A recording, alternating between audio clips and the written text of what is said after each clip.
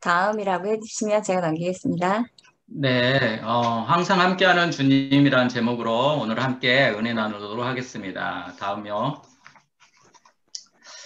마태복음 28장 16절에 20절 말씀인데요.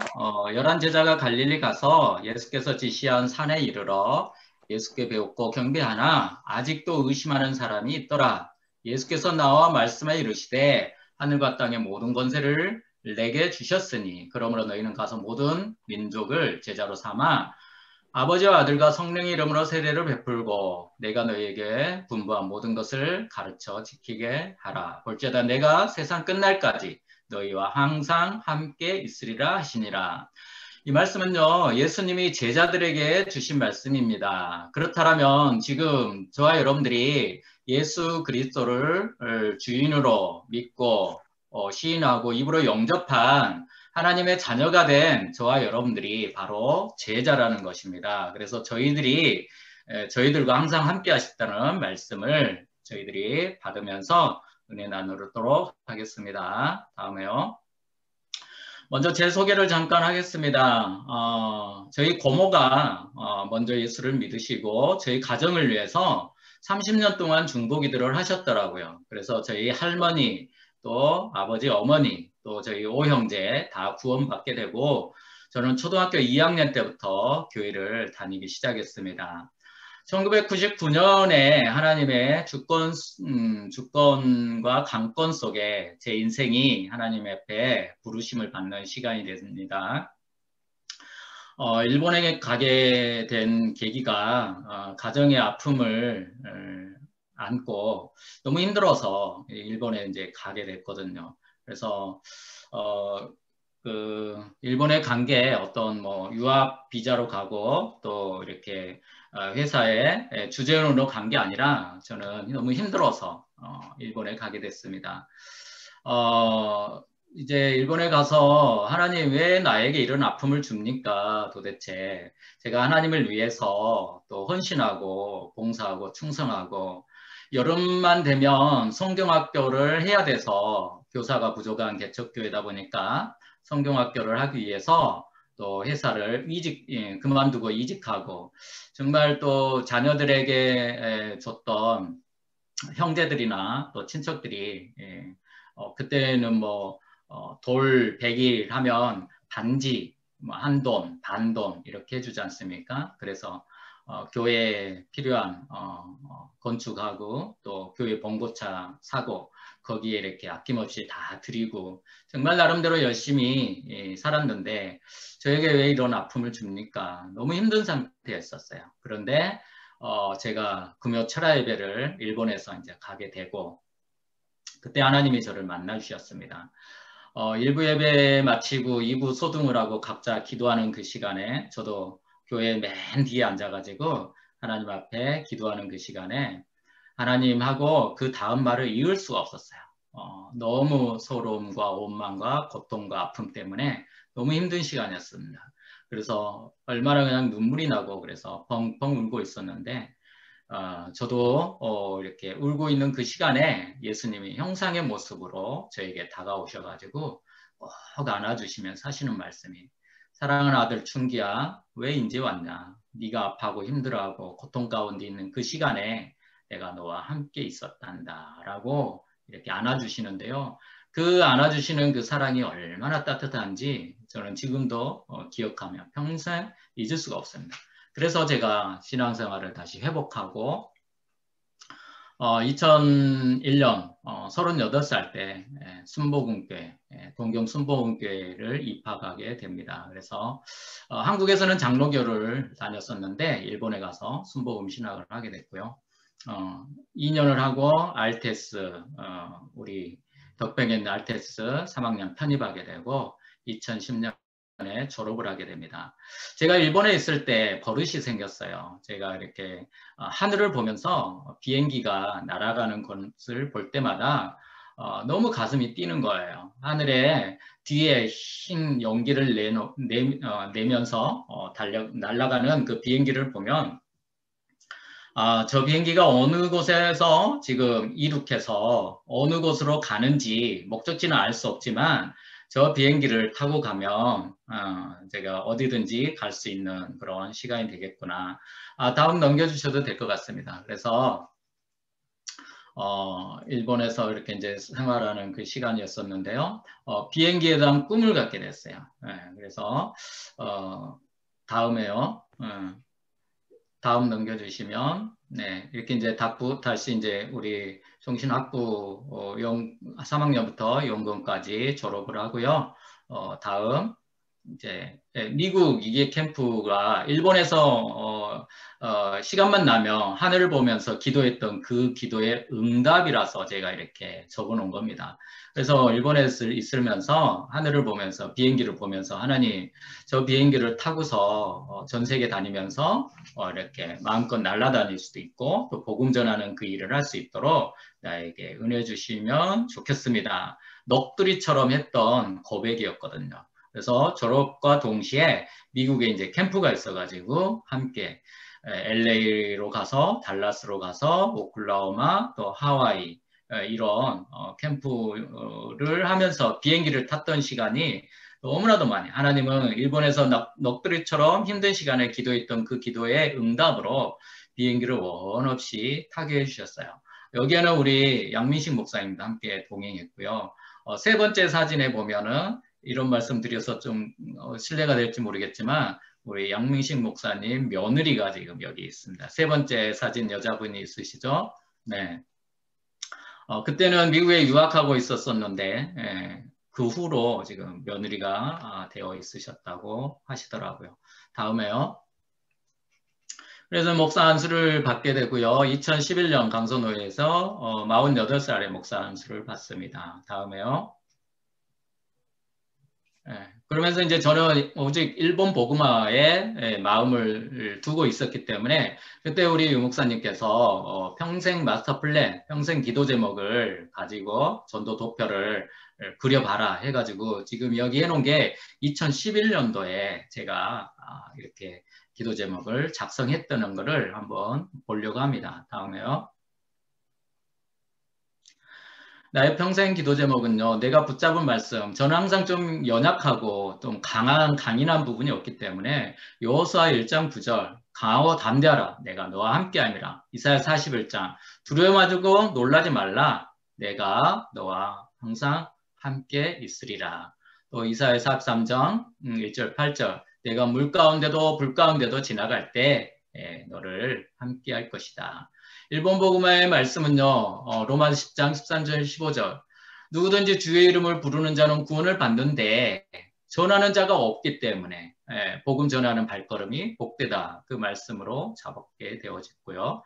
그래서 이제 일본에 가면 어떻게 할 건지 나는 그러면 90세까지 사는 걸로 이렇게 잡았을 때 45세 총신을 졸업하고 나갈 준비를 하고 46세부터 50세까지 일본 현지에 가서 아무것도 없는 상태에서 매일 캠프 현장에 나가서 영접 운동을 하면서 그때 맺어진 분, 연결된 분을 통해서 같이 교회로 하면서 교회 하는 게 일본 복음화를 위한 거기 때문에 일본 순회 캠프를 하겠다. 그리고서 61세부터 70세까지는 그 세워진 구축된 제자들과 함께 또 유럽에 또 선교를 할 수 있도록 해야 되겠다. 그리고 71세부터 80세까지는 이렇게 일본에 있는 제자들과 또 해외 선교하면서 세운 지교회당을 순회하면서 90세 되기 전에 증인 문서 캠프를 통해서 얻어진 이 논문을 남겨야 되겠다. 이런 청사진을 가지고 일본 복음의 7가지 비전 제목, 또 100만 제자, 100만 지교회당, 예배당, 또 신학교, 선교센터, 선교병원, RUTC를 건립하는 이런 꿈과 비전을 가지고 됩니다. 다음에요. 다음 넘겨주시면 감사하겠습니다. 그래요. 그래서 이제 그렇게 했었는데 하나님이 일본 문을 막으시는 거예요. 열어주시지 않은 거예요. 어떤 오해가 생겼습니다. 근데 걔가 이제 일본에 가가지고 다 선교사님들, 선배님들한테 이렇게 일본에 와서 준비하고 있다가 사역을 하려고 하는데 좀 도와주십시오 했는데 그게 오해가 돼가지고 괘씸죄에 걸린 겁니다. 그래서 일본 문이 닫혀버렸어요. 그래서 하나님 그러면 일본에 오직 일본만 기도하고 있었었는데 일본에 안 가면 어떻게 할까요? 계속 기도하다가 하나님께서 부산으로 인도해 주십니다. 그래서 이제 다음에요. 2016년에 제가 이제 부산에 와가지고요, 6월 말경에 왔었습니다. 지금 이 시간에 이제 그때 5년 전 이 시간에는 이제 부산에 왔으니까 전도운동을 해야 되지 않습니까? 그러면 어떻게 전도운동을 펼칠 것인지 아무 연고도 없고 아무 아는 데도 없는데 어떻게 펼쳐갈까 하다가 저에게 있는 세 가지가 나오더라고요. 제가 이제 일본에 선교사로 가면 일본인들에게, 현지인들에게 한국어를 가르쳐 주려고 하는 한국어 교사 자격증을 제가 가지고 있었고, 그래서 다민족에게 시집 온 사람이나 자녀들에게 한국어 교실을 열어서 그들을 가르치면서 복음 전할 수 있겠다. 일본에서 잘하는 못하는 일본어지만 이러지만 또 배우려고 하는 대학생들 일본어 회화를 하면서 이렇게 복음운동, 전도운동을 할 수 있겠다. 마지막으로 한 가지는 우리 할머니가 우리 형제 오남매를 키워주셔가지고요. 101살까지 사시다 돌아가셔가지고 할머니에 대한 사랑이 남다릅니다. 그래서 요양병원에 들어가서 말법 봉사하고 할머니들을 또 이렇게 케어하면서 복음을 전하면 좋겠다. 그래서 가장 먼저 요양병원 캠프를 시작하게 됩니다. 그리고 그게 안 되면 또 순차적으로 다민족 또 일본어 교실 하나하나 하려고 하다가 하면서 요양병원 캠프를 합니다.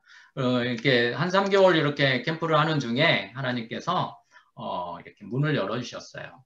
요양병원에 가면 또뭐 이렇게 아는 사람이 없으니까 상담사에게 또 사회복지사에게 다가가서 제가 할머니 품에서 자라서 할머니들하고 말법 봉사하면서 저는 목사니까 복음 전하는 일을 하면 좋겠습니다라고 하면 이렇게 쉽게 문이 안 열리죠. 그러다가 부산 의료원에 갔는데 이 목사님이 이렇게 그럼 나를 좀 도와주라 해가지고 요양병원 10군데, 정신병원 3군데, 13군데 병원 사역이 시작이 됩니다.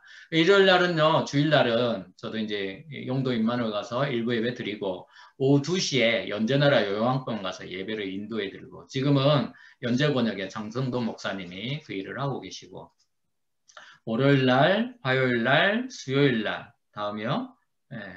목요일 날, 금요일 날, 토요일 날. 오전 한 군데, 오후 한 군데. 이렇게 해가지고 13군데 다 할 수 없잖아요. 그래서 목요일, 금요일, 토요일은 하루에 3번씩 예배를 드리면서 이렇게 예배를 인도받고 있었습니다. 이 떡에 기억 남으신 분들 중에요. 이렇게 정보경 씨라고 이렇게 아버지는 3대 독자셨는데 할머니가 절에 일하면서 100일 불공을 드리고 아버지가 태어나서 이남, 이녀 중 차녀. 네, 이분이 루게릭병에 걸려가지고 몸 근육이 굳어가는 불치병. 15년 동안 그때가 52살 제가 만난 적이 4년 전에 5년 전에 52살이었는데 15년 동안 지금 유계력병을 진단받고 침대에서 누워 계신 이분. 그래서 복음을 전하고 하나님께서 한 번 더 살려달라고 기회를 달라고 기도하면서 인도 받으시라고 했던 분이 기억나고요. 또 요양병원이라고 그래가지고요. 다 할머니들만 계신 것이 아니거든요. 큰 병원에서 수술하고 또 요양차 또 완전히 치료가 되기까지 요양병원에 와 계신 분이 있어요. 함진순 씨라는 분을 만나게 됐는데요. 이분이 굉장히 엘리트예요. 아버지가 대학교 수학 교수님이셨고요. 어머님은 또 불교에 심취해 계신 분이고, 형제가, 사형제가 있었는데, 이렇게 세 분은, 언니, 오빠들은, 동생들은 다 부산대 교수, 부산여대 교수, 또 울산 공과대 교수. 이 친구도요, 서울대 화학과를 나와가지고 호주 유학을 갔다 온 아주 엘리트, 이런 사람들을 만나서 복음 전하고 또 그 후에 1년이 넘도록 다락방을 했던 분도 계시고, 정신병원에서 만난 분인데요. 정원주 씨라는 분이 있었어요. 이분이 유독 예배드리면 헌금을 합니다. 그 현금 봉투에 세계복음화 하게 해주세요 라는 기도 제목을 잡아서 이렇게 헌금을 합니다. 메시지가 들어갔다라는 거 아닙니까? 그래서 이분이 퇴원하고 또 이렇게 다락방이 들어갔는데 다락방이란 이유로 또 이분이 또 더 이상 진척이 안 되는 이런 분도 있었습니다. 그래서 다음이요. 네. 이때 제가 기도 제목을 좀 이렇게 갖췄습니다. 그래서 치유사역은 정신병원에 있어가지고 이게 치유가 안 되는구나. 그래서 요양병원, 정신병원, 중독병원, 고아원, 모자원 이런 약자들 또 힘든 사람들을 함께 내가 평생 함께 살면서 이들을 치유할 수 있는 이 치유사역은 있었으면 좋겠다. 이 기도 제목을 잡게 됐습니다. 일본에 갔을 때는요, 제가 완벽하게 90살까지 청사진을 가지고 하나님 앞에 내어놓고 기도를 했는데, 그게 안 되다 보니까 지금은요, 그냥 단순히 이렇게 기도를 하고 있지만, 이렇게 하겠습니다는 안 해요. 그래서 지금은 백지로 하나님 앞에 드려서 기도 제목을 하나님께서 인도해 달라고 기도하고 있습니다. 다음에요. 왜 우리 성과의 만남, 2020년도의 만남, 제가 제 5기로 이렇게 올레 호스피스 사역자 훈련을 받게 됩니다. 사실 훈련을 받을 때는요, 저는 그냥 훈련생이었을 뿐이에요. 어떤 여기에 내가 깊이 빠지고 함께하고 이런 생각은 없었어요. 근데 우리 회장님이 세우셨는지 하나님이 세우셨는지는 모르겠지만 오기 회장을 세우셨어요. 그래서 대구 천안에서 우리 임원단 모임이 있었습니다. 그때 다음에요. 제가 사실 너무 영적으로 힘든 시기였거든요. 마치 엘리야가 850대 일과의 싸움을 싸우고 승리는 했지만, 그 이세벨의 말 한마디에, 죽여달라고, 로렙 나무 아래 밑에서 이렇게 차라리 죽여달라고 하고 있을 때, 천사를 보내줘서 어루만지시고, 떡과 물을 주면서 일어나 먹어라. 내 갈 길이 다 가지 못하노라. 우리말 성경에 내 갈 길이 아직 멀었다. 표준 세번역에는요, 갈 길이 아직도 많이 남았다. 라는 표현이 나옵니다. 제가 이렇게 천안에서 우리 임원단과의 만남을 가졌을 때는 제가 꼭 엘리야 같은 그런 힘이 빠지고 정말 힘들고 이렇게 약해진 그런 상태였었어요. 근데 우리 권사님들과 집사님과 또 우리 목사님들을 만나면서 내가 너무 힘을 얻는 시간이었었어요. 사실 제가 이렇게 뭐 목사이기 때문에 어떻게 보면 영적으로 영향력도 끼치고 또 영적으로 힘도 드리고 했어야 되는데 이게 아니라 그 시간에는요. 우리 권사님들이나 집사님, 목사님들을 통해서 제가 힘을 얻는 시간이었어요. 마지막 천안에서 모든 일정을 마치고 KTX를 타러 천안역으로 가고 여기서 내리기 직전에 우리가 권사님하고 집사님 같이 저를 위해서 함께 기도해 주시는 거예요. 얼마나 감사했던지. 근데 제 민낯을 낱낱이 드러나는 시간이었지만 하나님께서 나를 그렇게 또 하셨구나. 그래서 저는 부끄럽다는 생각을 하지 않고 이게 저는 이제 선교회에 우리 선교회와의 만남을 통해서 좀 더 한 걸음 깊이 속으로 들어오는 시간이었어요. 전도 4장 12절에 보면은요, 한 사람이면 패하겠거니와 두 사람이면 맞설 수 있나니 세 겹줄은 쉽게 끊어지지 아니하느니라.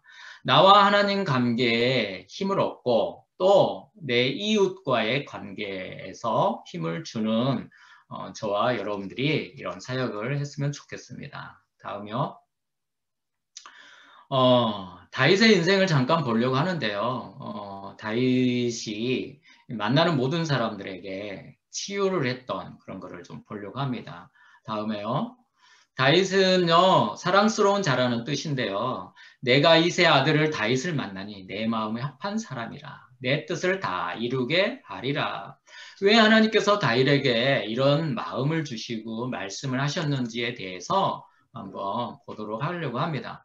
다윗의 일생을 먼저 이렇게 쭉 보면은요, BC 1040년에 베들레헴에서 태어납니다. 그리고요, BC 1025년에 15살에 기름 부음을 받게 되죠.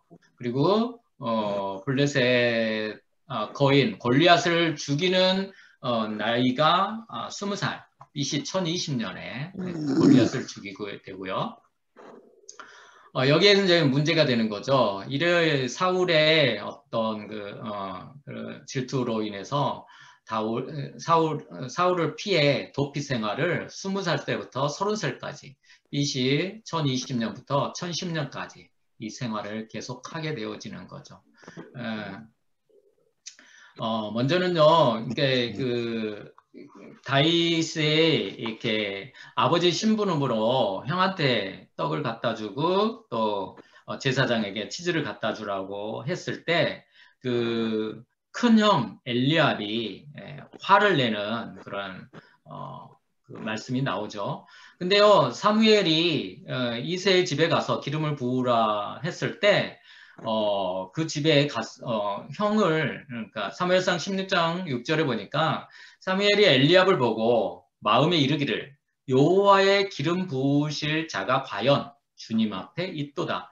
엘리압을 보면서 너무 이렇게 하나님 보실 때나 사무엘을 볼 때나 야, 이렇게 잘생기고 이렇게 훌륭한 이 엘리압에게 하나님이 기름 부음을 부으시려고 하시는구나 라고 생각을 했는데 7절에 여호와께서 사무엘에게 이르시되 그의 용모와 키를 보지 말라. 내가 이미 그를 버렸노라. 내가 보는 것은 사람과 같지 아니하니 사람은 외모를 보거니와 나 여호와는 중심을 보느니라. 7 형들을 다 이렇게 지나가게 하고 이렇게 다윗에게 기름 부음을 받지 않습니까? 그때 이 형 엘리압이 어떤 마음이었겠어요? 그 마음을 그대로 표출하는 내용이요. 사무엘상 17장 28절에 이 내용이 나옵니다. 큰형 엘리압이 다윗이 사람들에게 하는 말을 들은지라 그가 다윗에게 노를 바라여 이르되 내가 어찌하여 이리로 왔느냐? 들에 있는 양들은 누구에게 맡겼느냐? 나는 내 교만함과 내 마음의 완악함을 아노니 내가 전쟁을 구경하러 왔노라 라고 얘기를 합니다. 다윗이 그때 내가 어찌 이유가 없으리요 하고 바로 돌아서서 형과 싸우지 않습니다. 다윗은요. 싸워야 할 적이 누구인지 정확하게 알았다는 거죠. 형이 화내는 이유도 알고 있었죠. 반드시 형이 기름 부음을 받았어야 되는데 형이 그거를 그렇지 못하고 있었던 형 마음, 어떻게 보면 상처를 받았다고 볼 수도 있죠. 이런 마음을 다윗은 알고 바로 돌아서서 싸우지 않고 돌아서는 그런 다윗의 마음을 볼 수가 있었고요. 골리앗과 싸움을 할 때 창과 칼을 가지고 나갑니까? 그렇지 않잖아요. 오직 믿음을 가지고 나간 다윗의 믿음을 우리가 볼 수가 있습니다. 그래서 사울의 추적을 피해서 도피 생활을 10년 동안 하는데요. 16군데를 도망 다니면서 있었는데 그중에 몇 가지만 보면은요. 가드라는 지역은 골리앗의 고향이죠. 더 이상 이스라엘 땅에서 피할 곳이 없어가지고 블레셋까지 그 나라까지 도망가서 피하고 있었는데 발각이 되어지죠. 그래서 미친 채 하다가 간신히 빠져나옵니다. 그러고서 아둘람 굴로 도망갑니다. 아둘람 굴에 있다라는 다윗이 피해 있다라는 얘기를 듣고요. 400명이 그 굴로 이렇게 피신해 옵니다. 그곳에 온 사람들은요. 사무엘상 2장 1절로 2절을 보면 반란당한 자, 빚진 자, 마음이 온통한 자들이 400명이 온다라는 거죠. 힘들고 지친 사람들이 이렇게 와가지고 함께 아둘람 굴에서 생활을 하는 것이죠. 그리고요, 사울이 또 계속 화를 냅니다. 왜 다윗 하나 찾지 못하고 니네들 이러냐. 그러니까 도액이라는 사람이 아히멜렉 제사장이 다윗에게 먹을 것을 주고 도와주고 있습니다. 그 말을 듣고 사울이요, 아히멜렉 제사장을 비롯해서 제사장 85명을 다 죽이는 그런 대학살하는 사건이 일어납니다. 가까스로 아히멜렉 아들 아비아달이요. 죽음을 피해서 이 아둘람 굴에 있는 다윗에게 와서 이 모든 사건을 얘기합니다. 그때 다윗이 한 얘기가 있어요. 사무엘상 22장 22절. 다윗이 아비아들에게 이르되 그날에 에돔 사람 더액이 거기 있기로 그가 반드시 사울에게 말할 줄 내가 알았노라. 내 아버지 집의 모든 사람이 죽은 것은 나의 탓이로다. 두려워하지 말고 내게 있으라. 내 생명을 찾는 자가 내 생명도 찾나니 내가 나와 함께 있으면 안전하리라. 다윗이요, 이 공감 능력을 볼 수가 있습니다. 내가 나와 함께 있으면 안전하리라. 두려워하지 말고 나와 함께 있으라. 얼마나 다윗의 공감 능력. 우리가 소주 마실 때만 하는 게 아니라 이렇게 하나님께서 함께 하시는 다윗의 마음을 볼 때도 우리가 이렇게 그 공감 능력. 그래서 우리가 교회는요, 환난당하고 마음이 원통하고 빚지고 어려운 사람들도 올 수가 있지 않습니까? 이들도 공감해 줄 수 있는, 특별히 우리 올웨이스 사역자들이 이런 공감의 능력을 가졌으면 좋겠어요. 공감 능력이 최고 뛰어나신 분은 우리 하나님 아버지 또 예수님이시죠. 그분이 이 땅에 오셔서 말씀이 육신되어 모든 것을 공감해 주시고 우리를 살리기 위해서 십자가에 돌아가신 그 공감의 능력을 저와 여러분들이 회복했으면 좋겠습니다. 그리고요, 아비가엘이란 맨 마지막에 이 분을 좀 봤으면 좋겠는데요. 네. 아비가엘은요, 나발의 아내입니다. 근데 왜 다윗에게 큰 힘을 얻었냐면, 이렇게 이제 600명이란, 다윗과 함께한, 도망다니는 사람들이 600명이 되어졌어요. 큰 무리가 먹고 살아야 되는데, 이게 너무 이렇게 먹을 게 보통 문제가 아니지 않습니까? 나발이요, 엄청 부자였어요. 예.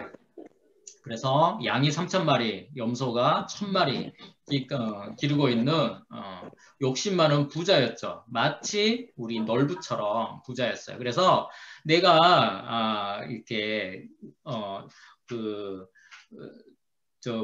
지난번에 갈렙 족속으로부터 또 그 양을 내가 보호해 주지 않았느냐. 그래서 우리한테 좀 먹을 거를 좀 줬으면 좋겠다라고 얘기했는데 나발이 쌩 까는 거죠. 나 이새도 누군지 모르고 다윗도 누군지 모른다. 내가 왜 그에게 먹을 걸 주냐라고 얘기하니까 다윗이 화나잖아요. 그래서 400명을 데리고 이 나발을 죽여버리려고 가고 있어요. 이 아비가엘이요, 이 소식을 듣고 음식과 또 먹을 것을 준비해 가지고 다윗을 만나러 옵니다. 그래서 아비가엘이 하는 소리가요, 다윗에게 하는 소리가 어떻게 이렇게 하나님께서 다윗 당신을 정말 생명싸개로 잘 싸가지고 보호하고 인도하고 계시는데 피를 흘리려고 하느냐. 당신의 생명이 하나님과 함께 생명싸개 속에 있는데 보호하고 계시는데 더 이상 죽이려고 그렇게 하지 말아라. 계속 쫓김을 당하고 있는 다윗에게, 지친 다윗에게 이 말이 너무나도 힘과 위로가 되는 겁니다. 그래서 나발을 죽이지 않는데요. 결국은 하나님께서 10일 후에 나발을 쳐서 죽이는 사건이 일어납니다. 그래서 이 아비가엘이 나발이 죽고 나서 아비가엘이 또 다윗의 아내가 됩니다. 다음이요. 네, 아비가엘이 이렇게 다윗의 아내가 되고요. 블레셋 그 땅 가드와 시글락에 4년 동안 여기에는 이제 망명을 가는 거예요. 블레셋 땅으로 다윗이 4년 동안 이렇게 1년 반 동안 시글락에 있는 그 시간이 있었습니다. 그래서 여기에서는요, 또 이렇게 블레셋에 망명돼 있는 다윗이 블레셋과 이스라엘의 전쟁이 일어납니다. 그래서 다윗이요, 블레셋 군인으로 해서 이스라엘과 싸우러 출전하게 되는 그런 상황이 또 연출됩니다. 근데요, 블레셋에 있는 장군들이 그 아기스 왕에게 다윗을 데리고 가면 안 됩니다. 혹시 싸우다가 또 이스라엘 편을 들 수도 있기 때문에 데리고 가지 마십시오. 해가지고 가까스로 전쟁에 참여하는 것을 이렇게 않게 되어지죠. 그런데요, 블레셋은 싸우러 나가 있는 그 시기에 아말렉이 쳐들어와 가지고요, 시글락을 불사르고 부녀자들을 다 사로잡아 갈 때 다윗의 아내 아비가일도 역시 함께 이렇게 잡혀가는 거죠.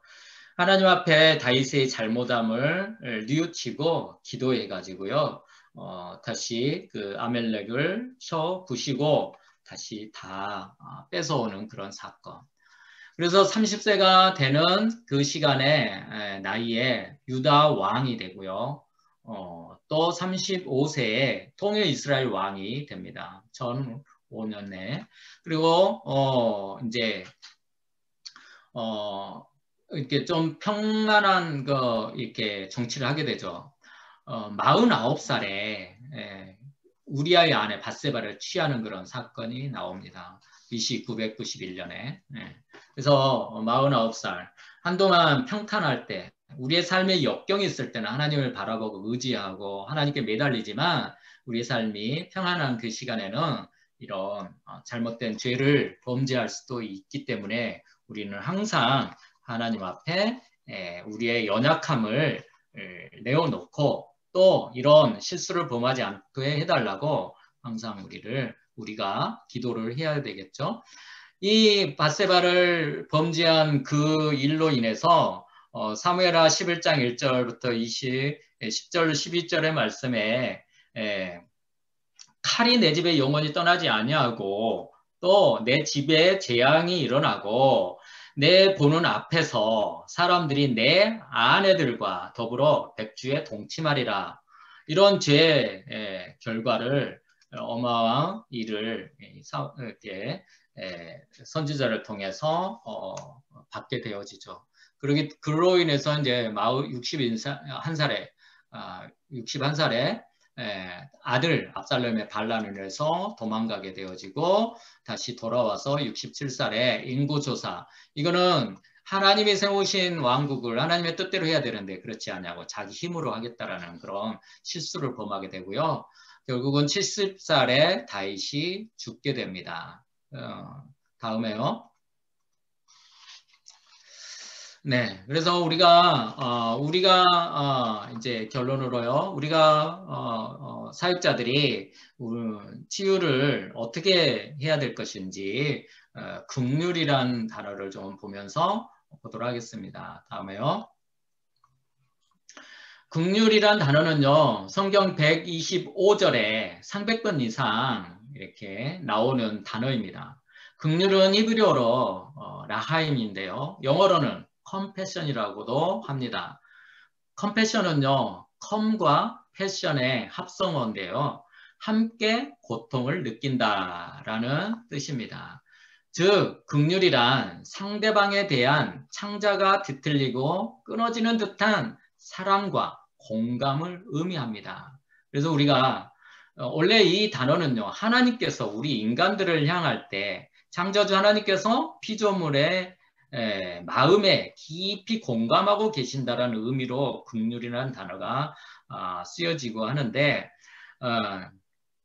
창자가 끊어지는 것 같은 고통, 상대방을 가엾게 생각하며 동정함, 민망히 여김. 그래서 상대방에 대한 불붙은 마음을 있는 그대로 받아주고 은혜를 베풀어 준다. 죄 가운데 고통당하는 무리를 향한 예수님의 심정도 볼 수가 있는데요. 구약에는요, 이사야 49장 15절, 여인이 어찌 그 젖먹는 자식을 잊겠느냐. 하물며 나 여호와 하나님은 너희들을 잊을 수 있겠느냐. 하나님, 우리를 향한 하나님의 심정을 긍휼로 볼 수가 있고요.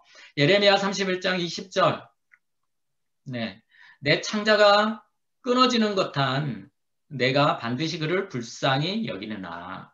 하나님과 이스라엘 아버지와 아들 관계를 설명하면서 자녀를 책망하는 순간에도 창자가 들끓어지는 자녀를 불쌍히 여기는 부모의 마음이 바로 긍휼이라는 겁니다.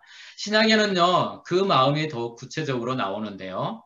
누가복음 10장 33절, 강도 만난 자를 돕는 사마리아인의 마음을 불쌍히 여겨.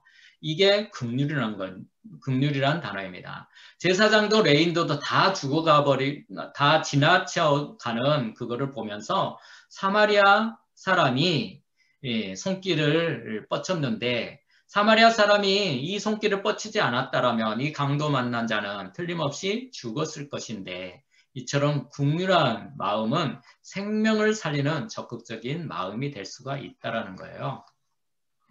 마가복음 6장 34절요. 예수께서 나와서 큰 무리를 보시고 그 목자 없는 양 같은 으로 인하여 불쌍히 여기사. 목자 없는 양 같은 마음, 불쌍히 여기는 마음. 우리가 예수 그리스도로 구원받고 하나님의 자녀가 됐지 않습니까? 불신자를 볼 때 이 목자 없는 양같이 사주팔자 운명에 묶여서 죽어갈 수밖에 없는 저들을 볼 때 이 불쌍한 마음, 긍휼한 마음으로 이들을 봐야 된다라는 거예요. 나병 환자가 와서 예수님 제발 저를 불쌍히 여기사 나를 좀 구원해 주세요. 예수님이 불쌍히 여기사 손을 내밀어 그에게 대시며 내가 원하노니 깨끗함을 받으라. 곧 나병이 그 사람에게 떠나가고 깨끗하여진지라. 나병 환자는요, 정말 이렇게 음지에 있을 수밖에 없는 그런 상황이었지 않습니까? 누구한테도 떳떳이 나갈 수 없는, 자기 모습을 보여줄 수도 없고 마음대로 이렇게 밖을 나갈 수도 없는 그런 소외된 이웃을 예수님이 긍휼한 마음으로 고쳐주셨던, 우리는요 긍휼한 이 하나님의 자신의 백성들을 향한 불같이 일어나는 하나님의 사랑과 자비의 마음을 우리가 불쌍히 보고요.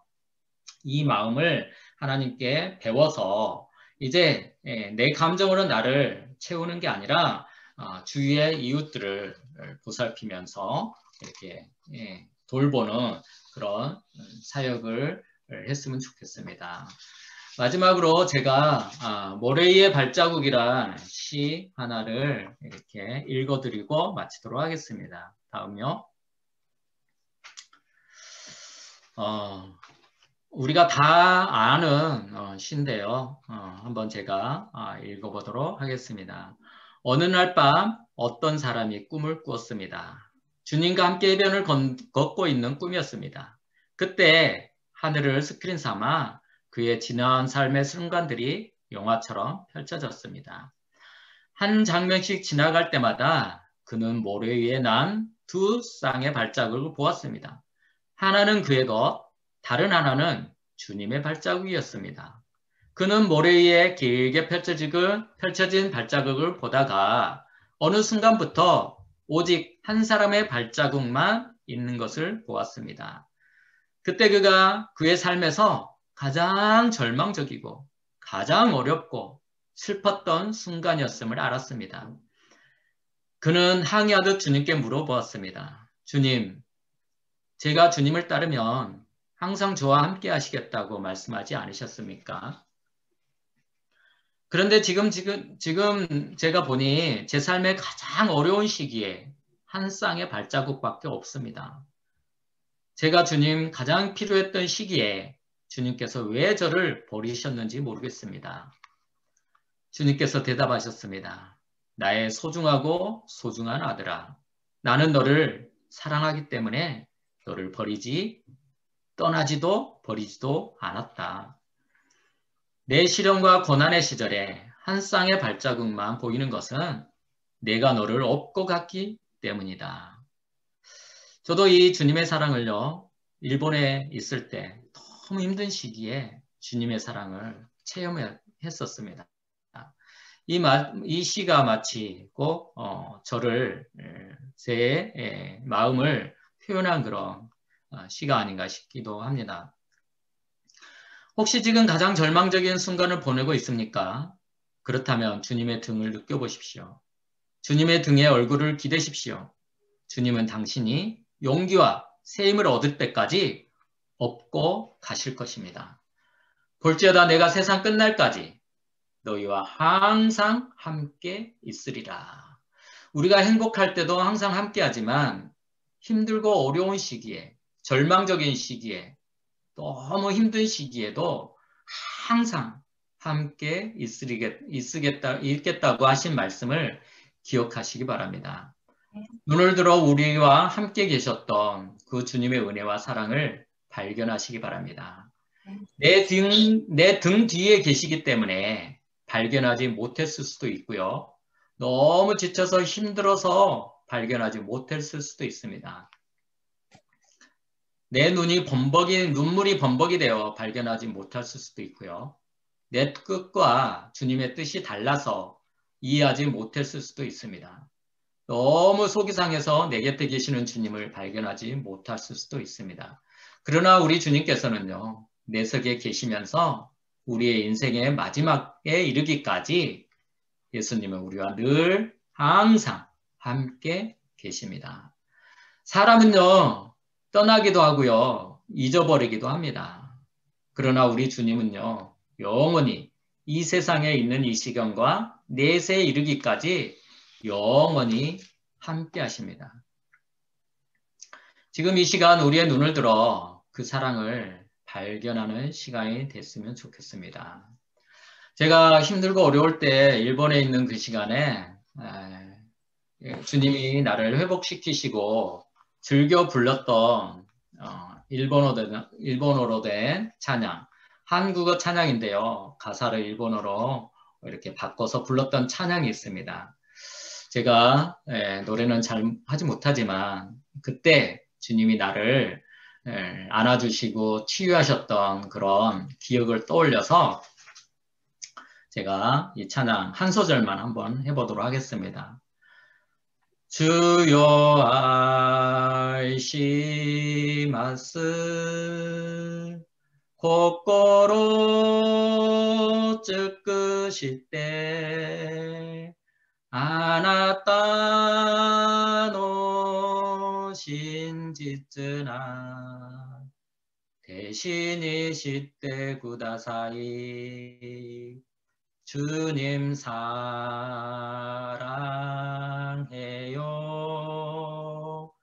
온 맘과 정성 다해 하나님의 신실한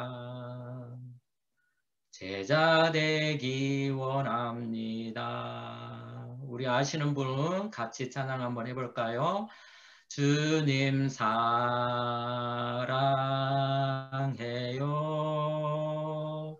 온 맘과 정성 다해 하나님의 신실한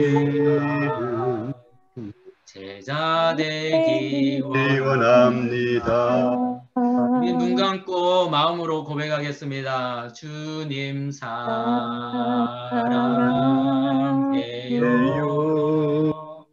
온 맘과 정성 다해 하나님의 신실한 제자 되기 원합니다.